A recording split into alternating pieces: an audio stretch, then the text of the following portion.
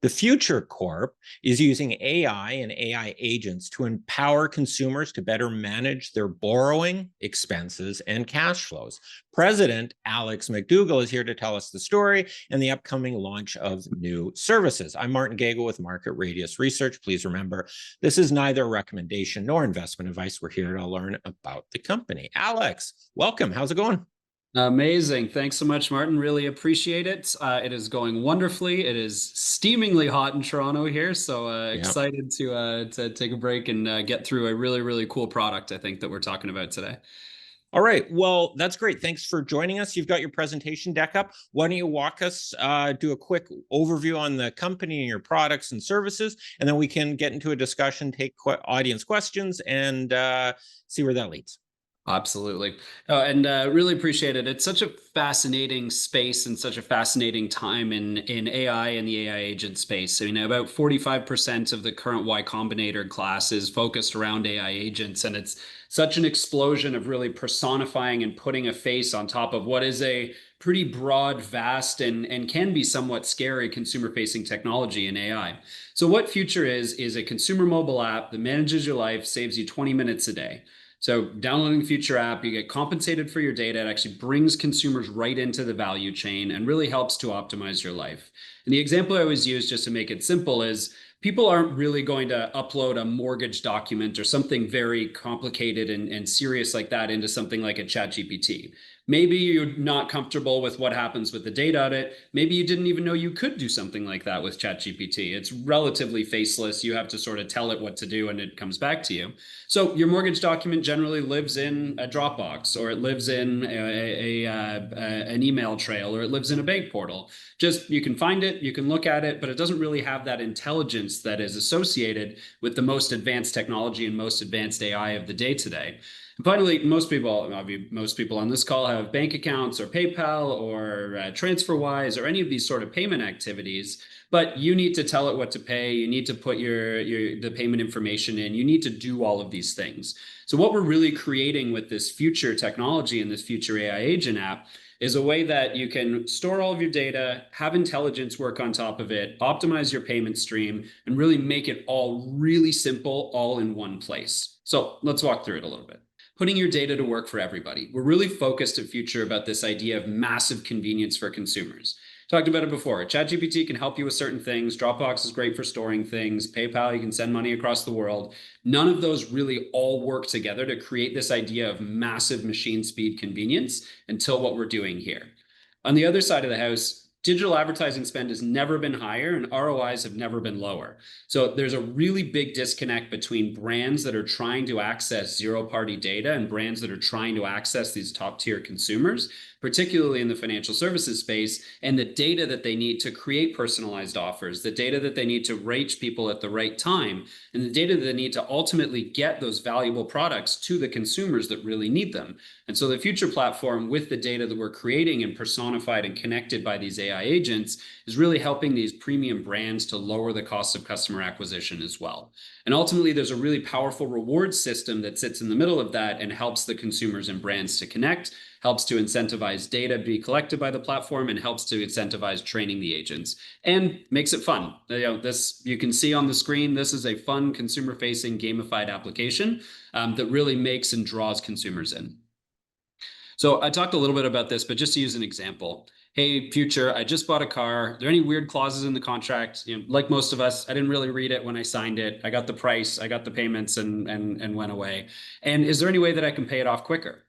It all looks standard, no traps, no weird warranty stuff, but by making 3 payments a month instead of 2 of $124, and there's one allowed annual balloon payment, and you can make it of $750, over the life of this loan, you can save $1,700 over the next 3 years. And by the way, I can make those payments for you. The app's already rewarded you for putting that contract in, so you have a little bit of currency to help make those payments as well.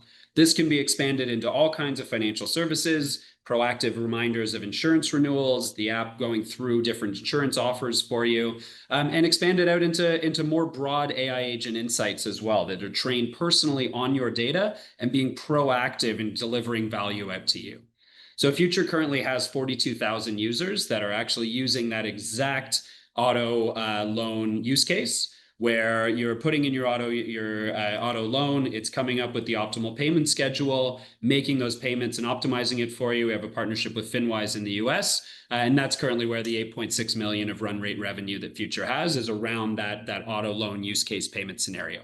Now, with the launch and growth of this application, we're expanding into other verticals such as mortgage, expanding into insurance and cross-selling, and really sort of growing out that application. But there's a very strong core nucleus with great data, great users, and great revenue stream. Where does your data come from to train this agent? So we talked a little bit about uploading key documents like insurance, lease, utility bills, all of that directly into the platform. App makes it super seamless. Email it in, share sheet it in right from your mobile. Very, very simple.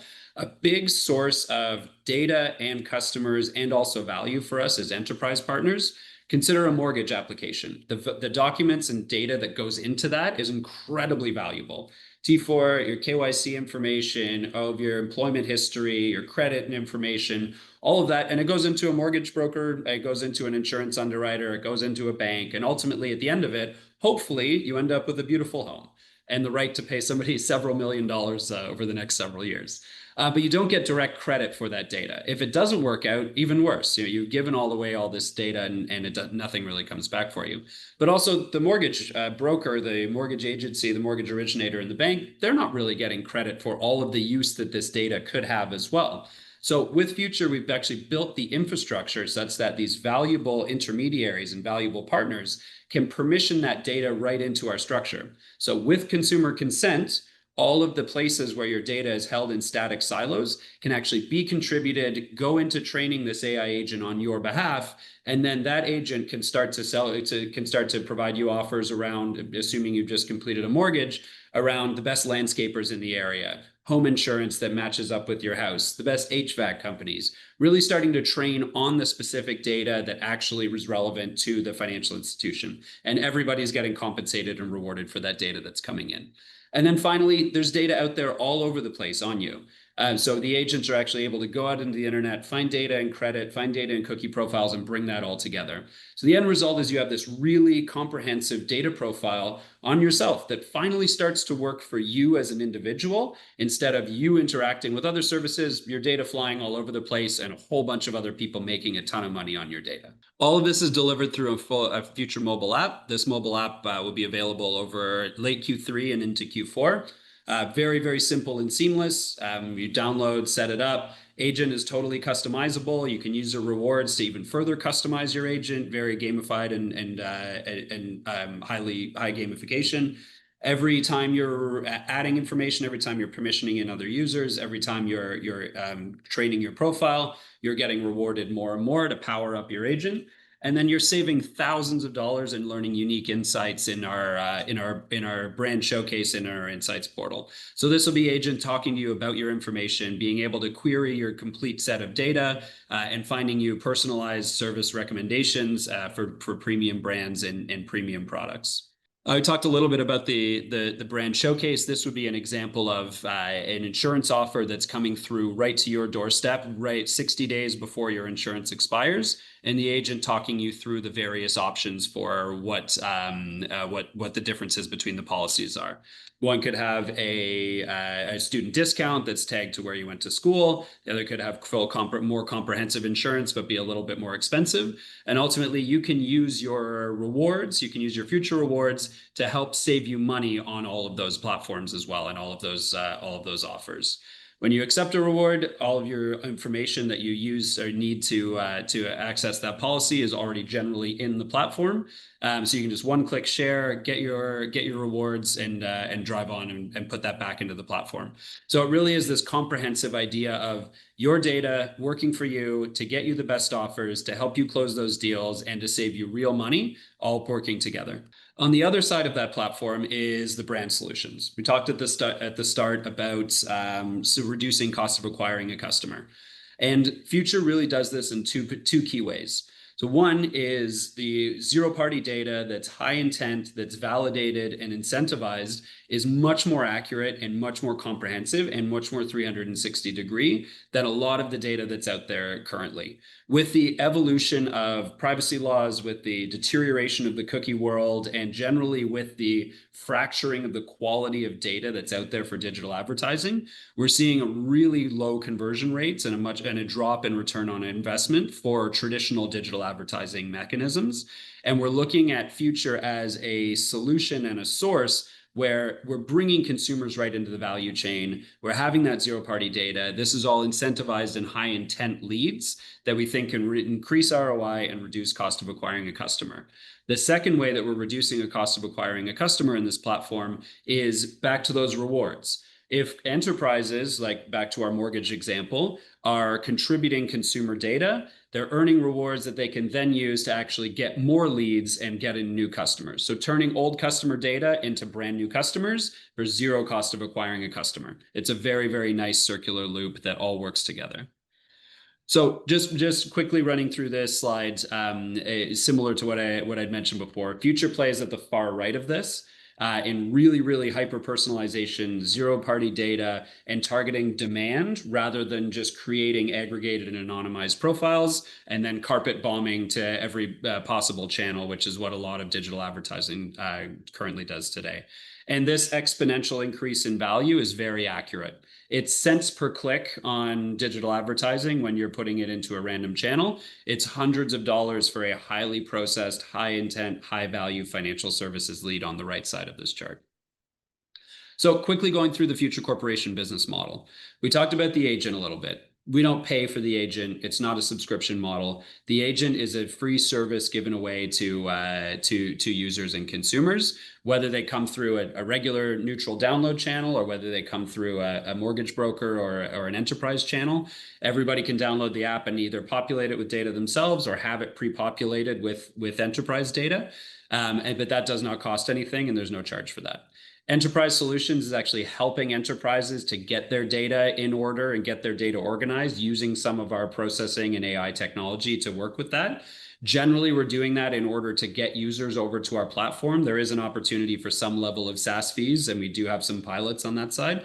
But generally, that's another customer acquisition vehicle. The two key revenue drivers for the platform are the brand solutions. So what I've just covered, which is sourcing leads and sourcing data and buying leads from the platform. Now, FUTR will end up getting a commission for all of the leads that come through this platform. And then the existing core business model, which is the FUTR Pay side. So convenience fees that are being charged as you connect to your banking rails and as you connect the payment rails in order to optimize that loan flow and optimize the what is currently auto loans will be growing into mortgages and will be growing into other types of consumer finance. So the consumer fees and the brand fees are really the two key ways that this platform makes money. Just going through the highlights quickly. It was mentioned it was 2.145 million of revenue in Q3, so 8.6 annualized. That was a record. 88% current gross margins on the payment business. There's a 43,000 existing users, which are all auto car lease owners. Average user life is about 3 years or so. We've had 250,000 users go through that payments platform already, so which forms a very nice base of other users to potentially bring back. We have done the work to connect all the data from those 43,000 users into the broader AI agent framework, which has given us over 4 million data points that are now actively being used to train and support the initial launch of this data, of this AI agent platform. We talked a little about consumers, brands, and enterprises. There's key stories to this investment theme as well. AI agents, comprehensive data, not narrow data. So zero-party data that's 360 degrees and its monetization. And then payment rails and kind of gaming and digital asset type culture. So key differentiators here, just where FUTR sets itself apart. Other than, obviously this being a very novel and new technology platform that already has a strong base of users and a base of revenue. We have the technology integrated with a former parent company called FUTR Vault, which has a SOC 2 Type 2 platform and PCI compliance. So the data security and a lot of sort of that data mechanics is already set. Future Vault, of course, is a B2B2C wealth management vault provider in Canada. So some of the largest wealth managers in Canada and North America are clients of theirs. So very institutional grade platform in order to manage data and store data. Future Pay, the payment rails, has been operating since 2018, formerly known as Hank Payments. And there's been over 3 billion transacted on that platform. So this is a significant revenue rate and run rate customer. They have a national partnership with FinWise Bank. So that just crossed the 1 million transaction threshold to provide fulsome payment services across the USA. So there's a lot of in-place technology that this AI agent framework is being built on top of. There's a lot of existing customers with willingness to pay. There's a lot of extremely good data, and there's a lot of really interesting catalysts coming down the pipe in terms of growing all of this out. So just to finish up here, the MVP of the AI agent app is looking to be launched before the end of Q3, so before the end of September. And currently have Future Pay up and running. There'll be brand and enterprise pilots that we're actively working on, and then a significant amount of expansion coming down the pipe in Q4 as well through the future payment sides, as well as more and more on the brand and enterprise side. Leadership team, myself, I have a background in investment banking as well as the digital assets world. Started a venture fund. I am currently the president and formerly the CEO of Stable Corp, which is one of the largest Canadian digital asset stablecoin companies. And the rest of the future leadership team is extremely strong as well. Scott Patterson has been disclosed as going over 10% as a consultant, and has a significant track record in Canadian financial technology. Just to cover the last little bit of revenue and the financials, as we mentioned, there's been a record quarter in Q1 2025. We continue to see significant growth. This is all from the payments business. This does not reflect any of the new data business and the brand solutions that's coming online. So we do anticipate a different revenue trajectory going forward as well.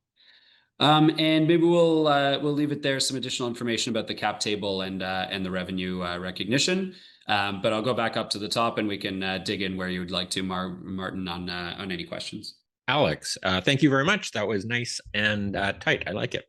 You've got 43,000 current consumers. They were all sort of brought on through the auto loan mechanism.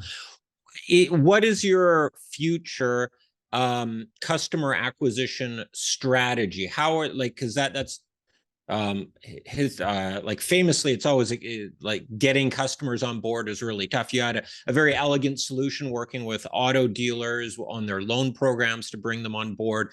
I presume more of that, but what other ways to get you into the like super competitive like mortgage market and other markets? How are you going to get into those sectors? No, great question, Martin. So the way that we're looking at that is still through that key channel. So the auto dealers was a great example to use and a great example to get these initial 43,000 users. So in the mortgage side, we have a little bit of a dual focused approach, and kind of our secret weapon almost is, you know, just a quick example I always use is United Airlines and American Airlines. During the pandemic, no one was flying anywhere. So they got their customer loyalty programs valued at externally. And United was 20 billion and American Airlines was 30 billion. And that was against trading market caps of the actual airlines of 8 and 9 billion respectively. So the data in those airlines was worth 2 to 3x the actual airlines themselves. And so all of these businesses see those types of stats and say, well, I have a lot of data. Why am I not worth this amount? And also they look at and start to try and figure out how to monetize it, and either run into, okay, I can only cross-sell, you know, my own batch of products. You know, if you're a furniture company that has furniture data, you can sell an ottoman when somebody buys a couch, but you can't sell an insurance policy. Or the flip side is if they have much broader data, you know, generally restricted by the product side, the other potential alternative is, you know, selling to data brokers or just like outright data monetization, which just gets murky in a few different directions. So when we're coming in with these new data rails that empower the consumer are very tech enabled, and enabled you would actually cross sell a wider array of potential products to the consumers that you already have. We've seen really strong adoption from enterprises and really strong appetite from enterprises to be able to say, aha, okay, finally, this is a way that I can actually bring my consumer facing data that has been sort of trapped or stale inside my application to life via this application. So we've seen appetite in the insurance space. We've seen appetite in the mortgage space from a few different parties, actually, on both sides of the border in Canada and the US. We've seen a significant amount of appetite in the auto space across more than dealers, but through sort of the dealer management system, the refinancing space as well. We've seen a really, really strong application in rent reporting, which would be where you're paying rent with inside a condo management company, and you need to get the fact that that's been paid to a credit rating agency like an Equifax. That just the rails don't really exist to do that right now, and so we see the customer acquisition strategy being a lot of, hey, download this app to do this one thing or to get advantage of this specific type of data that's going to be provided, and then really growing out sort of the 360-degree comprehensive data from there.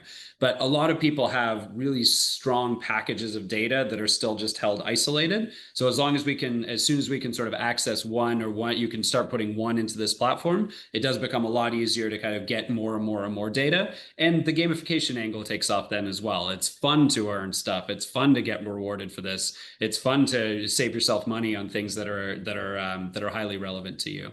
So I think long answer to a short question, we are looking at daylighting this consumer data within these enterprises as the hook to have them become our B2B2C type sales channels. And so far, we've seen quite a strong appetite for that type of setup.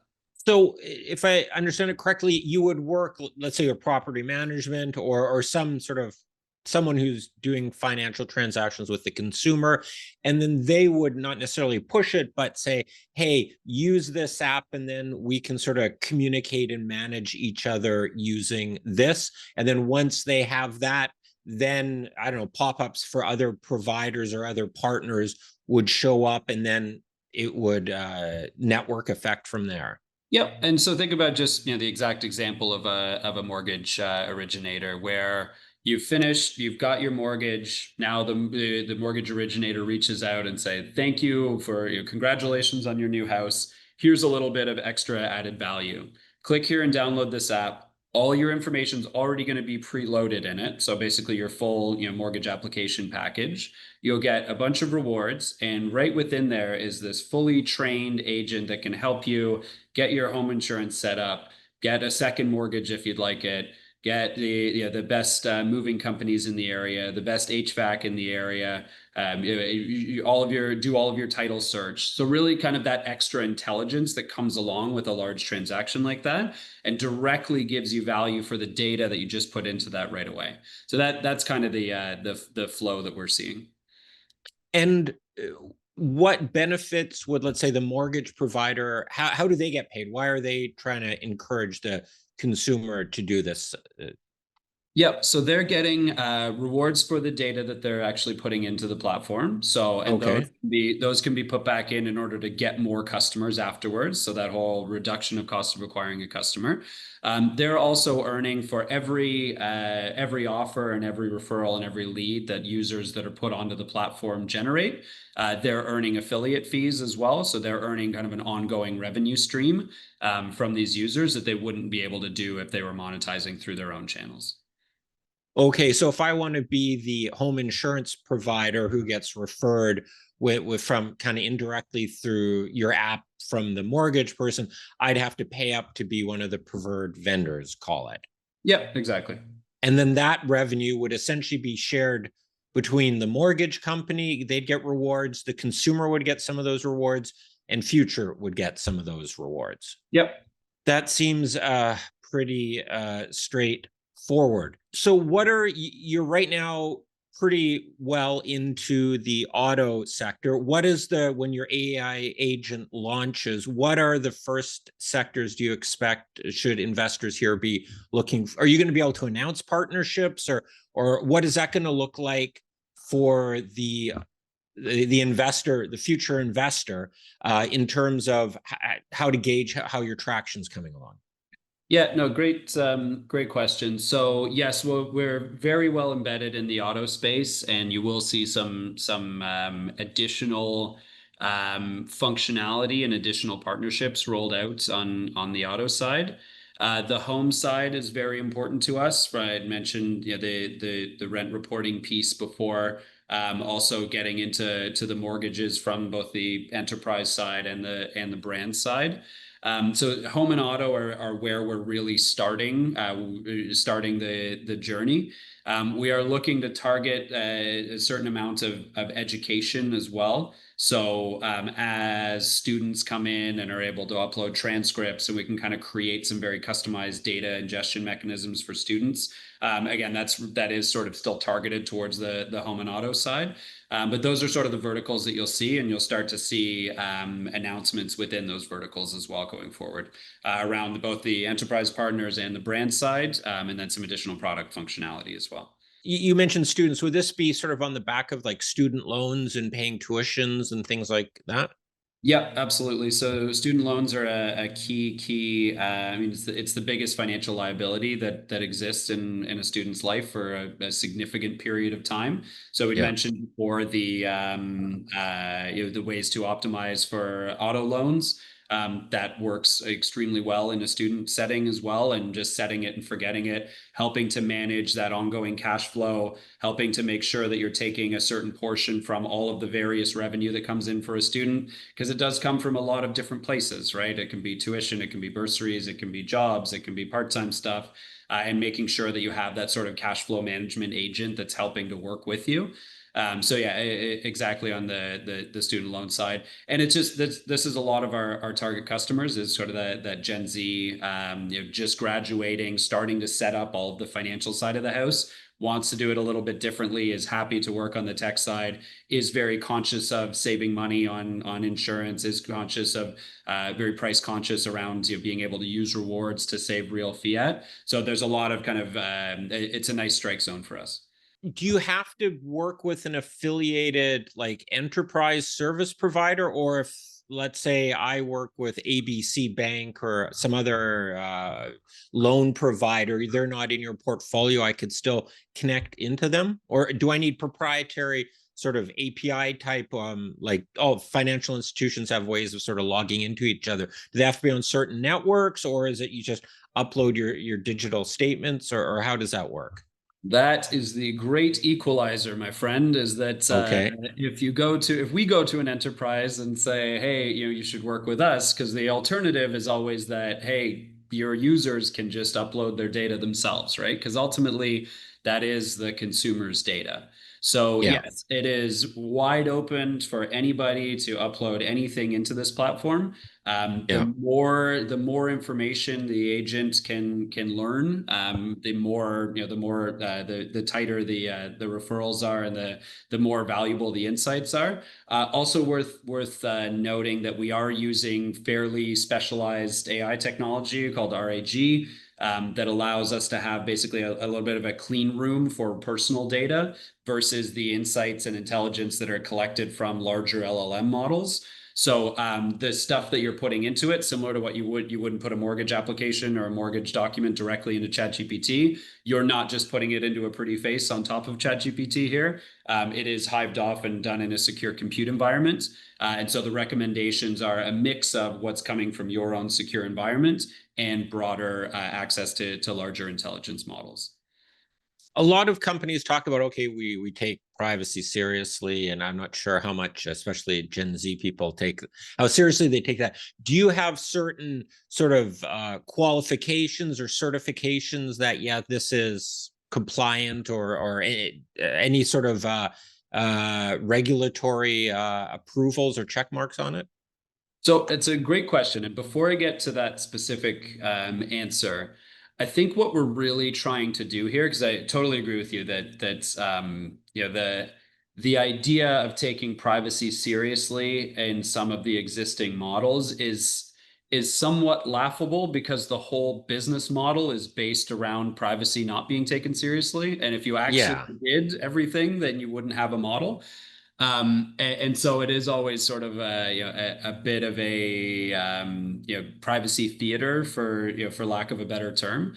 And I think Yeah. fundamentally we're trying to change that business model entirely on its head, where you're being the current model of sort of here's a nice looking application and a nice looking platform that works wonderfully and everybody's very happy with it and it's worked forever and ever and ever and blah blah blah. And all of the kind of the usage and the data is sold out the back, and that's where the business model comes from. We're really inviting users into that economics flow and actually taking and putting a price and putting a value on each piece of data that goes into it. So rather than saying, hey, upload all this stuff and it'll be cool and shiny and these fancy features, we're really valuing and actually putting value right on that data. And so it's a little bit of a change in mindset from trying to sort of obfuscate the privacy side to really trying to lean into the functionality side. That said, absolutely. So we'll be GDPR compliant, and we'll be compliant with privacy laws in the jurisdictions that we work within. As I mentioned before, the Future Vault technology that we're built on top of is SOC 2 Type 2 certified and PCI compliant. And then Future Pay, the existing payment rails, is compliant with all the relevant regulations through the U.S. in the 7 years that they've been up and running as well. So there's a history of sort of proper data usage and data-driven companies that will continue to be extended to the new technology as well. But I think it's important to first say that we are trying to bring users into the economics rather than sort of hide behind a privacy screen as well. Let's say you use the AI agent to assess a couple of loan offers, or even when it's sort of let's start with when here's the loan document. Is there anything funky in it or whatever? Let's say it misses it, or the lawyers or the AI lawyers get cued and sort of wording it to confuse the AI, and you miss something on there. Is there any kind of potential liability that you didn't flag, sort of concerning paragraphs or statements or risks in different documents? No, that's a great question as well. We will have the disclaimers of Yeah. can be not entirely accurate. We're really working hard to roll this out instead of sort of open world everything to everybody like a chat GPT that is there. We're really working hard to roll this out with the way we do sort of data collection is via these things called quests, which again is part of the kind of the gamification. And so it helps to sort of target and let you know what data packages are helpful and valuable, both for offers, but also for these insights. So we're working hard behind the scenes to really sort of train models and really get smarter and smarter and smarter about what's coming in, specifically what's valuable that's going out, and specifically how that data gets propagated through the structure. So we're not sort of showing everything, and I think that's where AI gets in trouble sometimes. Is you asked me a question, I have to have some kind of answer to it, and so we start hallucinating. That we're really trying to gear the model and do the work so that we're taking in the data that's relevant and we know what sort of insights that are relevant coming out of it, and then growing from that sort of nucleus rather than saying here's data, here's a giant model, ask it anything, and then you lose a lot of the controls over it. Plus 90% of those aren't that relevant. You really want to focus in on sort of what people can process and what's the most relevant to the users that we're bringing onto this platform. Well, and with GPT models as well, it's like the output is often only as good as you got to know how to ask the question. 100%. And So that's where you can sort of have your pre-formatted questions and that to make sure the human question gets put in. It's like, okay, now you got to frame it in this way so the model knows how to respond. And that's a great point, because this technology, and it almost goes back to one thing I said right at the start of this discussion, is the technology is so powerful, but it needs like it just sits there until you tell it what to do, right? At least the consumer facing stuff does. So yeah, and I made the point about most people wouldn't put a mortgage into it, but most people wouldn't even know that you could put a mortgage into it. And so Yeah. you really need to craft it and you need to have it down. And it's whole own job now of prompt engineering, right? And so a lot of this is actually sort of taking that onus and taking that burden away from the user and helping to pre-craft not even some prompts, but some outputs of, okay, we've organized a quest that needs these 7 data points and answer these survey questions. And here's all the excellent outputs that we validated and can give you kind of the most maximum value. So a little bit of it is sort of AI and large language models are great, but they're almost too open world. So simplifying some of that down and just adding to that massive convenience idea that we talked about before. I would think, and I presume that this isn't a genius idea, but that you've well thought this through already, is let's say I go to your AI agent, say, hey, I'm interested in buying a car. Let's start the search process for this. I want a couple of these models, and let's look for when there's a good loan or payment plan available or a car is on sale. And I presume that some activity like that would be on your roadmap of product development. 100%. I mean, you're you're creating like one of the highest value leads of all time by just even offering that sort of functionality, right? And the way it Yeah. works in the current world, you go to Google and you say, this type of cars, and then you get a bunch of weird sponsored ads, and then a month later you get the ad for that same car, even though you haven't searched for it again. And you're that type of putting your hand up and saying, I'm interested in this is so valuable from both sides of the equation, right? Because you are Yeah. interested in it and it is a big purchase that you want some intelligence for. And there's a whole bunch of people who would love to give you a great deal with the right answer and not pay, a third-party advertising platform thousands of dollars for a lead from a month ago.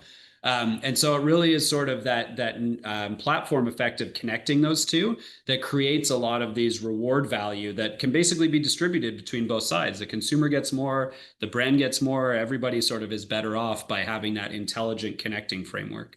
Are you going to be in any, I don't know, conflict of interest where, let's say, you tell your agent, hey, assess this loan proposal but is one of your partners, but maybe it's not the best one out there, but they're a sponsor of FUTR, and and then your client says, hey, you guys aren't recommending my loan because you're highlighting this sort of early payment clause or something like that, where can you really afford how are you going to make sure that you can stay the independent sort of middleman arbitrator without sort of putting ultimately the consumer's best interests not in the forefront? No, it's a great question, and ultimately the best answer to that is transparency, right? Like there's every showcase that you see has some level of gating item why brands are there and why they're not, right? So, in Google, there's very obvious ones of sponsored, and then a laundry list of some obvious filtering or some not obvious filtering mechanisms and SEO that sits behind it. So really what we're trying to do here is do the curation around the brands that we work with. So this is generally not going to be a go out to the internet and find everything possible type solution. We are looking to work with curated brands, and we are looking to have really make this a brand showcase. And your agent is explaining offers. Your agent is not necessarily recommending this one over this one. It's helping you to process. It's helping you to understand. It's giving you information. So there's no perfect answer to a commercial enterprise like this, but transparency around what are in a brand showcase and having an agent sort of pierce complexity rather than make recommendations is really where we're starting the journey on this.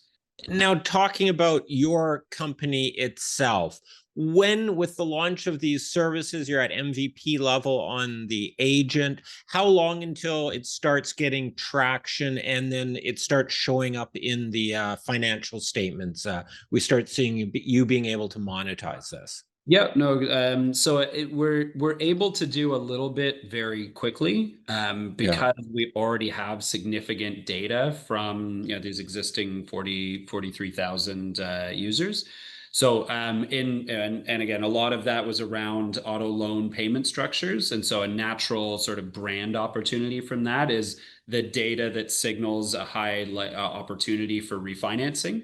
And so we are looking at having some of those early relationships and potentially early monetization opportunities from these initial user bases in a relatively short period of time. But a lot of this is going to come online fairly quickly. So over Q4 and Q1, we anticipate being able to show some of the early revenue lines, and then through 2026 to really start scaling. And let's say if it's you're matching with a loan, is it a one-time fee, sort of a finder's connector fee that you get, or is it an ongoing residual? Every month you get you get one big sort of clip at the beginning, or a small one through the life of the loan or the life of the let's say the relationship. Yeah, and those will be a little bit bespoke based on Okay. the relationship, because there are some things that are lead driven of, hey, you've seen the offer and therefore that's that's the payment. There are some that are more transaction and policy driven. There are some that are success and ongoing driven, that as long as the consumer or the loan continues to perform, there could be ongoing revenue streams from that side. What we're really aiming to do is tie the compensation to how the end brand makes money. So if they're earning money on an ongoing basis, we want to be earning money on an ongoing basis. And really trying to have a flexible arrangement where we can again continue to maximize the ROI of their spend, and reduce the cost of acquiring a customer. We've covered a lot of territory here. I can't think of any other questions. Is there anything we missed that you want to highlight or mention before we start wrapping it up here? Just that this is a very interesting time for a company like this to be publicly traded. There's a lot of very interesting investment themes that are attached to a company like this. I'd mentioned off the top the AI agent side, that the majority of the startups in Y Combinator are in the agent space. That data monetization piece has never been hotter, and then the gamification and rewards angle, and some of the digital asset stuff that's coming down the pipe on that side. So it's a very interesting story in a very interesting space, and it is a big story, but it's a very, very valuable and intriguing one as well. So I'll leave it at that, and stick with us as we start to execute. Alex, thank you very much. That was really good, very interesting. Since I interviewed you guys the first time a bunch of years ago, you guys made a ton of progress and really gotten traction in the auto space there. So and built a decent sized business, and one you can really leverage off of. So congrats. I'm looking forward to watching you guys progress and maybe getting some updates in the future as things move forward. Absolutely. Thanks so much, Martin. Appreciate it. Cheers. Thanks a lot.